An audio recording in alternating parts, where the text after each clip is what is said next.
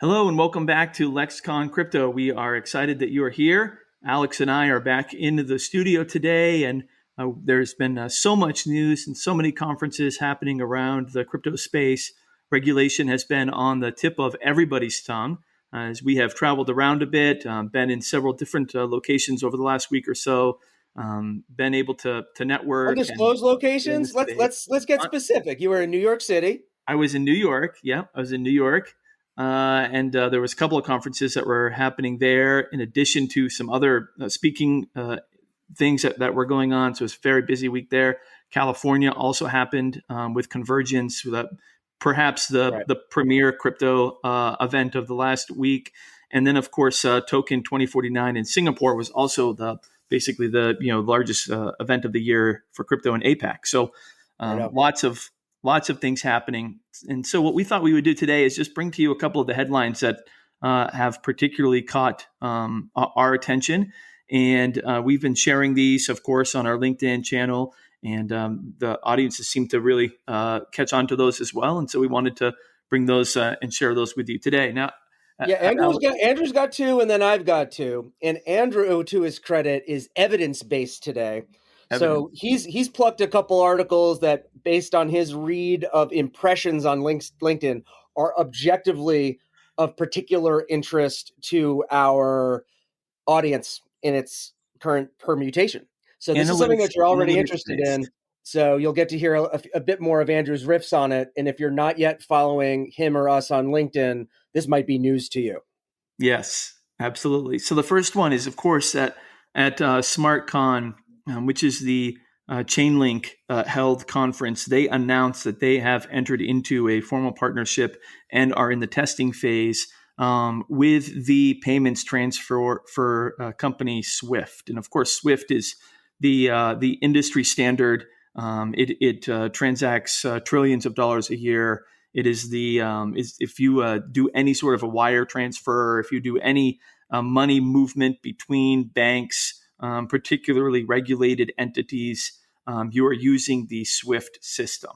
And if you're a newsy person, but somewhat new to crypto news, and you're like, I swear I've heard Swift within the past year or so, like, where did I hear it? You heard it in the Russia sanctions context. Correct. How the follow through was going to be and what the extent of the sanctions was going to be was largely determinative on what could and could not be blocked, implemented, and unimplemented via SWIFT. By SWIFT, right. It's the international standard for moving fiat. And so big news that they have opened up. And, traditionally their position has been very anti-crypto, very against it, holding instead sort of to their traditional technology. This is the first step for them into this space. Now, cryptocurrency people keep saying they need it needs some sort of like killer utility, or you've heard of like the killer app theory in technology. Well, clearly, payment transfers and large money across border transfers is cryptocurrency's perhaps greatest utility. And so being able to settle these things quickly, to be able to have immediate access to the money, not have to wait weeks, sometimes even months, high fees, all of those things that are currently part of the SWIFT system, cryptocurrency could of course help. And Chainlink has been the company that's been able to secure that testing phase. And certainly Chainlink is one of the premier companies in the space. Some of the smartest guys really developing around this have the infrastructure to support this at a global level. So when they announced this at Chainlink, Alex, it was the CEO of Chainlink was on stage and they were talking in a panel, and he just sort of casually like mentioned it, and there was this little quick rumble, and then the guy said, the host of the panel said, "Wait, did you say this?" And he said, "Yeah, we've officially partnered," and the whole crowd like erupted. It was was like this massive sort of organic moment. It was like this huge In pro wrestling, we call that a pop. It was a pop. It was it was pretty awesome moment. So that article just really details, kind of what that looks like. And you like that article. You like that article's reporting on it. We're gonna share a link to it in our show notes. Yes. We're an emerging media platform, but we read and are very glad to feature content from other relevant sources. This one came by way of CoinDesk. You think they got this pretty much on the head in their reporting of the facts of this? Yeah, no, I think they did a very good job. And I mean, really, it was just a brief. It's basically just like one of those articles that's the first person to market gets the most clicks. Ah, And yeah, yeah. so really that's the details, but that's all really the details that are available at this point. And I think Chainlink and Swift are going to be pretty careful about the extent of details that they release. It's just good to know that this type of relationship is occurring. It's good for the whole space. And now for your next article, Andrew, we're going to say what the source is, but by saying the name of the source, we are not giving official financial advice of any kind. So the source is buythedipcrypto.news. We're not encouraging you to buy any particular dip We are or not. not, We are but not. that's the source of this one that you wanted to bring up about a UK regulator. What do you got there? Yeah, so what I'm most encouraged about is just to see how the new this just sort of gives us an opportunity to talk about the new prime minister who has come into the UK, and within her first 2 days in office, she makes an official statement saying that she is in line in agreement with the rest of Parliament and honestly the rest of the entire government of the UK in making the UK the leader in crypto. And so, they are totally laser focused from the entire both legislators and regulators. They're totally focused on creating environment around this. One of the leaders, of course, and thought leaders for the UK is Sarah Green, who I follow very closely, LinkedIn, and have discussed various points. She has done some amazing intellectual and great work around identifying and defining digital asset classes. And so, what we see in this article is a UK regulator basically saying the crypto companies that we're speaking to today, they aren't afraid of us. And the reason why this is important is because in the United States and in the rest of the world, crypto companies are afraid of regulators.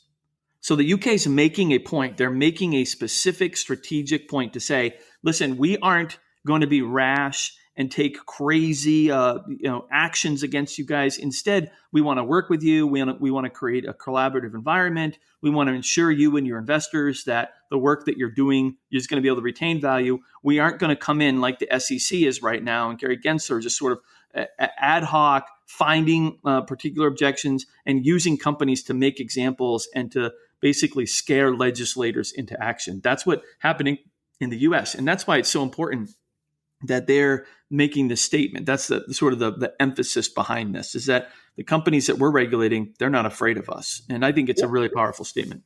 It's a good point for the prime minister to make any statement or really take any action.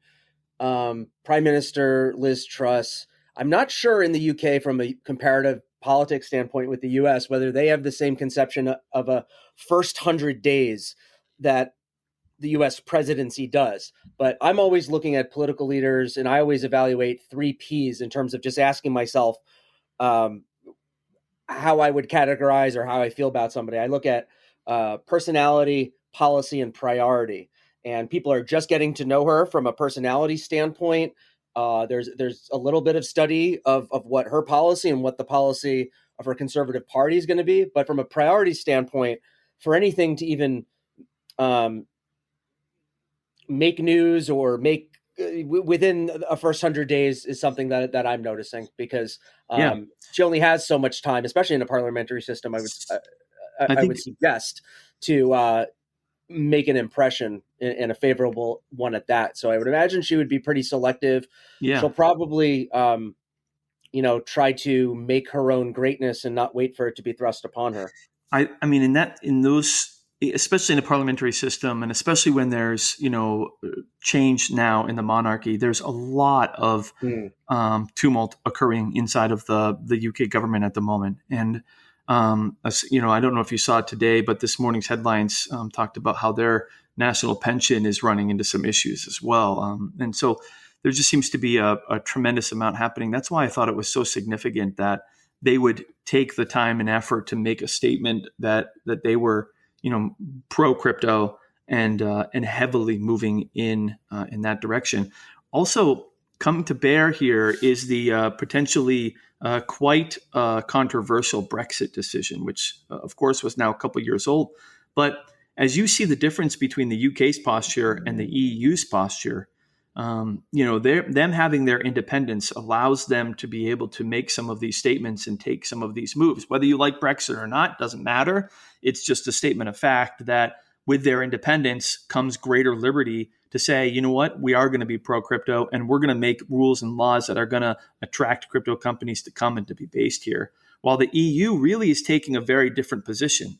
They've been much more arm's length, much more standoffish to the industry as a whole. So it'll I'm be all interesting to for, see. as you know, you and I are both for laboratories of democracy and for Yes. different places to give things a go.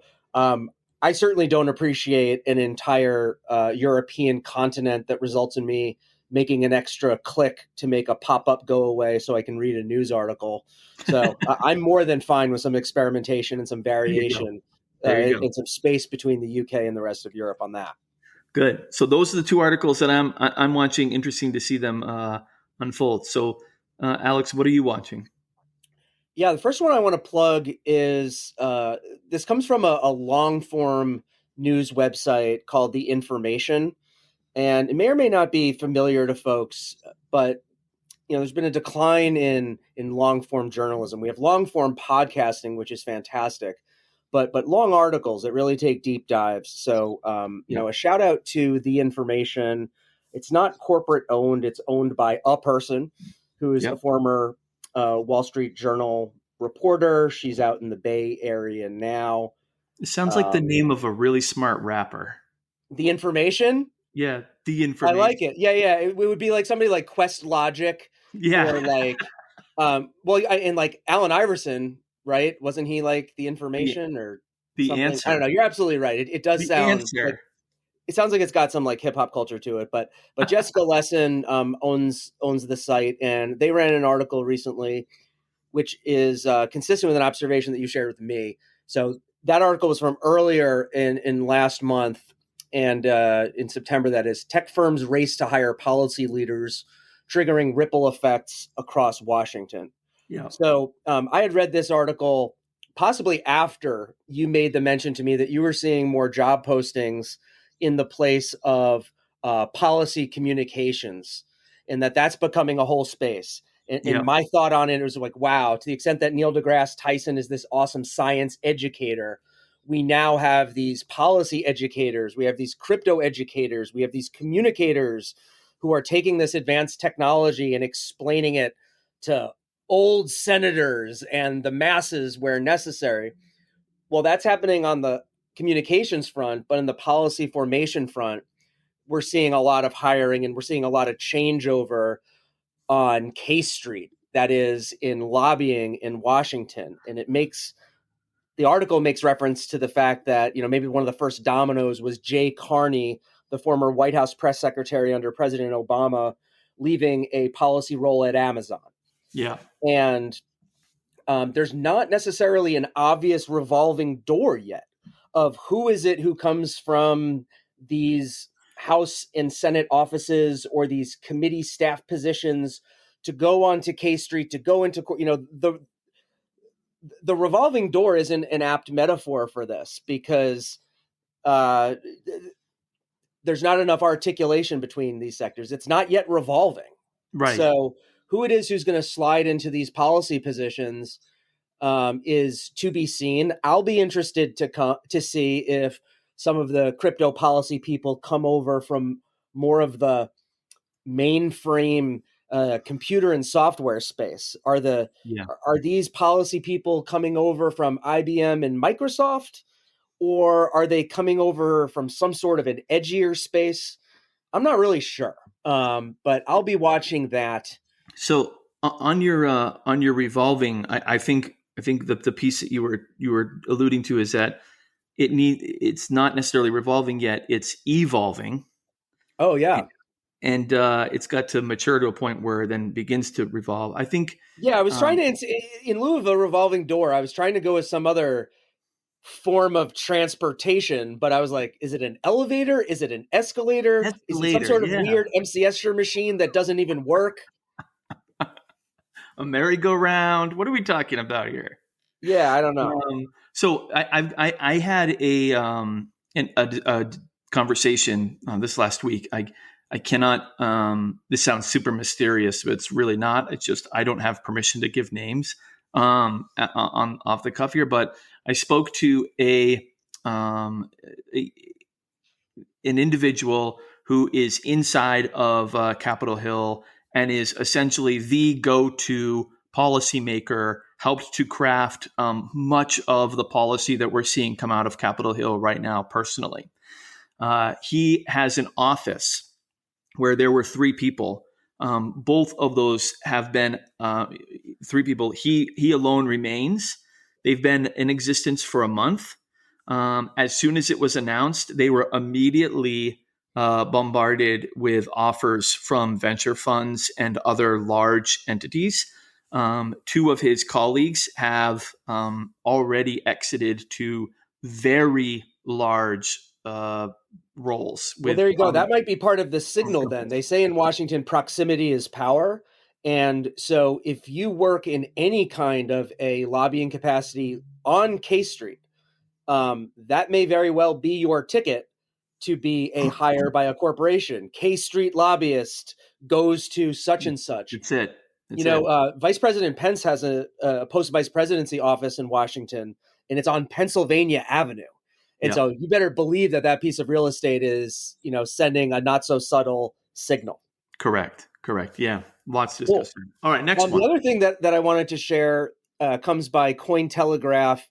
It's a piece by Zach Gordon, who is a CPA, a certified public accountant, specifically a CPA and vice president of crypto and accounting for Propeller Industries.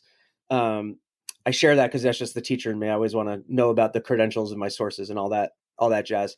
But he's got a piece that I don't think it really jives with the headline of it from the first day of October. California fraud cases highlight the need for a regulatory crackdown on crypto.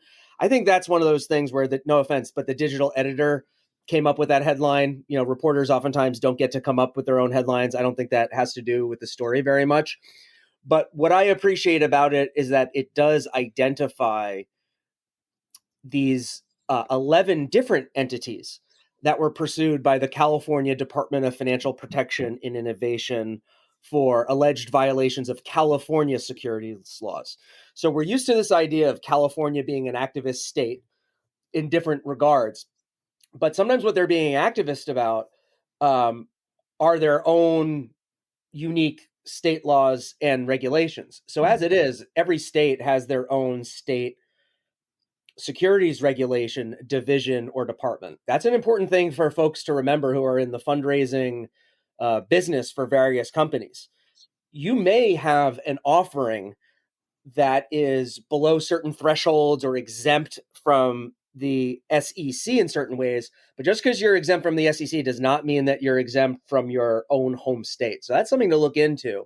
Right. And it jumped out at me that these were 11 different companies, because usually what I'm more used to is one company being made an example of. And I'm always very sympathetic to that company, especially if that company has been rather open about its MO, about its business operations for some time, or if an investigation has proceeded for a very long time. That concerns me because it gives the many, many people who perhaps are working for and with that company an expectation that what's going on is totally kosher. And the longer that goes on, the longer the government, in my opinion, is complicit with an enablement of that activity being de facto okay, even if it's Right. not de jure illegal. Right. So I think California securities laws being pursued by a California securities office against so many companies at once is a pretty interesting move to maybe signal a position about what is and isn't okay beyond this kind of case by case basis. Because case by case basis sounds prudent when you use it in conversation most often, but to a business founder, we'll see, case by case basis is uncertainty. We need to know whether companies are in a position to innovate in an exciting way, or if they're criminally violative. Is somebody facing Yes. vast riches and acclaim, or the clink? I mean, that rift of consequence is too wide in a Right. lot of white collar areas, and we just don't have enough safe harbors. Agreed. And I don't expect San Francisco Bay to be the safest of harbors, but yeah, this article struck me because of the state involved, the state laws involved, and that we're dealing with more than a handful of companies at once. Agreed. Agreed. Agreed. Yeah, there's a lot of there's a lot there. There's a lot of things, of course, that we're watching every week. It seems that there's more and more headlines and more news, more action by regulatory bodies, and of course, as Congress is out of session right now, we're anxious to see how, of course, legislation continues to move forward when they come back. So, lots of things to consider. Alex, thank you so much for your thoughts and your articles and insights into this issue. Thank you, folks, so much for joining us. Hope that you benefit from this and gain some value. If you did, please subscribe. We're on every major podcast platform today. You can follow us on LinkedIn, of course, and share your comments, thoughts of the articles that you're watching. We would love to see those and love to participate with you. Until next time.